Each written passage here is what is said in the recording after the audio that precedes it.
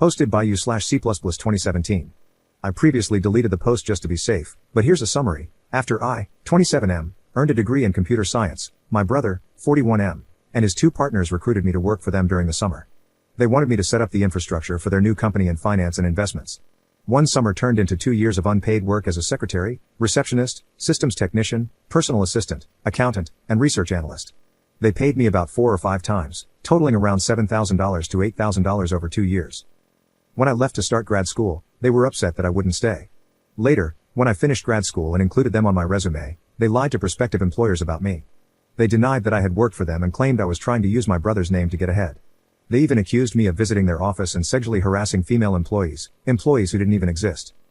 When I called them to confront them about it, they, including my brother, just laughed and said I was getting what I deserved. It was kind of like, that's what you get when you screw with us. My counselor, along with some other people from school, including my headhunter, helped me get a job. However, I had to sue my brother and his partners for slander and other issues. When they were served, my brother called to laugh about the lawsuit, but now they're scared. My brother has been using my dad to pressure me into dropping the lawsuit and sitting down with them to work something out. My dad dismissed the situation as just a little big brother bullying little brother nonsense and demanded that I drop the lawsuit. He and my mom even uninvited me from Thanksgiving at their house.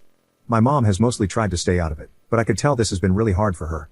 There's very little to update legally regarding the lawsuit, but I had a laptop containing lists of clients that my brother and his partners stole from their previous employers before starting their company. I initially hesitated to turn those files over to my attorney because things are already bad enough for them. However, my girlfriend strongly disagreed. She thinks I should just let them face the consequences and crush them. On the 9th, I called my attorney, informed him about the files, and dropped them off at his firm. The next day, on the 10th, I got an urgent call from his firm asking me to come in immediately. When I arrived, my attorney explained that the files would be turned over to the U.S. Attorney's Office, meaning it's out of our hands now. He also brought up my parents. He had spoken to my dad and described him as a world-class prick. My attorney told me they plan to subpoena both of my parents to testify at a deposition and likely at trial if it gets that far. He advised me to prepare myself for what my parents might say about me. He made it clear that there's no turning back now. Since I didn't pay anything for my attorney to take this case, his firm is heavily financially invested, so they're essentially calling the shots at this point. I think my attorney believes I'm weak or that I'll want to back off or go easy on my family. He even told me outright that he knows my family will weaken me. I think he underestimates me. Regardless, he advised me to brace myself for the heat my dad will bring. I told him I have 2 older sisters on my side and that my mother is mostly neutral. He assured me, though, that my mother is absolutely not neutral. He just told me to prepare for anything.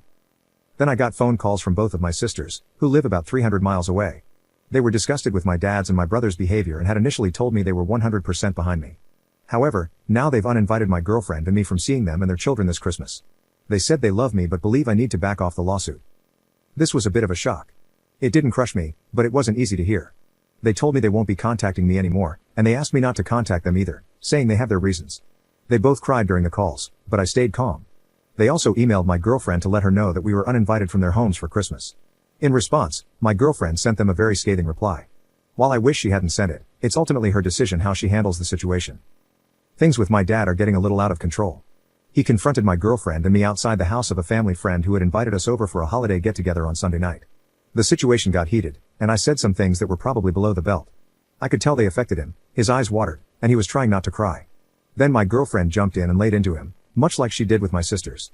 She's clearly on a roll right now, and the gloves have come off for her. My mom stayed in my dad's truck the whole time, just watching. I don't think she could hear what was being said. For now, there's nothing else happening, but the tension is definitely high. Oh, one other thing, my attorney told me that my brother and his partners have already closed their business. They went under.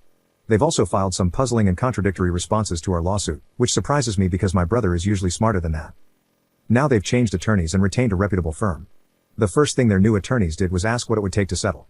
My attorney says their new lawyers are smart and know it will be a bloodbath if this goes to court. I guess I'll just have to wait and see how it plays out. Some of you have commented from experience that the blowback from legal battles like this can tear families apart for decades. I can already see how that happens, and it probably will. Edit. Some of you have asked why my sisters changed their minds. I now know that my dad helped both of them buy their houses, and they still owe him a lot of money for that. My best guess is that he used that, and possibly other things, to coerce them into taking his side. Update 4.5 months later. Okay, let me begin by saying that I am not the original poster. I am his girlfriend.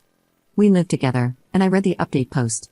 My boyfriend is moving on and wasn't going to post a final update, so I asked if I could, and he said yes. Things have wrapped up. They signed a settlement agreement, and now it's up to the judge to approve it. The judge won't do that for another 2 weeks, but apparently, it's a formality. It's a sure thing he'll approve it, or so the attorneys say. As for the settlement, I can't really disclose much, but I can say that it's close to what my boyfriend was suing for in terms of the monetary figure. They had transferred their houses to their wives' names, which are in the process of being sold to pay off the settlement. The settlement included a written apology and complete admission of guilt from all 3 of the defendants. They also have to write apology letters and retractions to all the employers that refused to hire my boyfriend based on their slander against him. I think there were 4 companies in total. All 3 of them had their licenses revoked and will never work as financial advisors again in any state, apparently. They will also face a criminal investigation due to some forged signatures on some of the deals they made, which will likely lead to convictions but probably no jail time, according to the experts. Financially, they are beyond ruined, which is what I thought they deserved the whole time. I know my boyfriend regrets this whole thing, and I understand that. It's still his family, and they were close at some point. I think he's better off without them anyway, but that's easy for me to say. His parents are totally a lost cause. I don't think there will be a reconciliation in this lifetime after what's happened.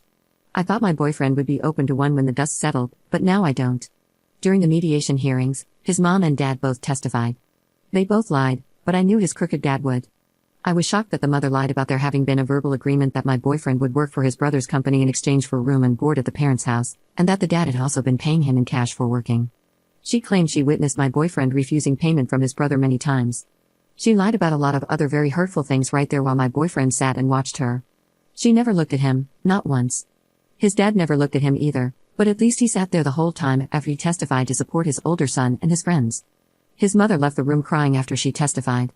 I was not shocked that she testified because the attorney had said she might, but I was extremely shocked by the horrible things she said about my boyfriend. She will someday regret doing that to her son. Such an awful, revolting, and repulsive thing she did. What she did to her youngest son is inexcusable. I was beyond utterly disgusted that she did that. She really has no clue how much damage she caused to her youngest son.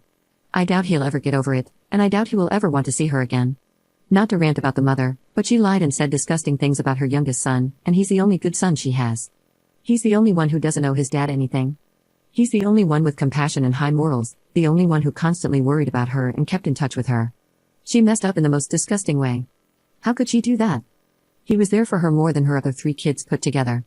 All for a lawsuit that she had to know they were going to lose. Her testimony did nothing to help their case, nothing. She testified for absolutely no reason. We sent Christmas gifts to my boyfriend's sisters and their daughters, and we received thank you cards in return.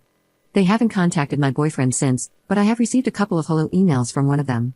She never mentions my boyfriend or the family problems, she just says hello and asks how I'm doing. I just respond by saying we are both good and hope they are all doing well.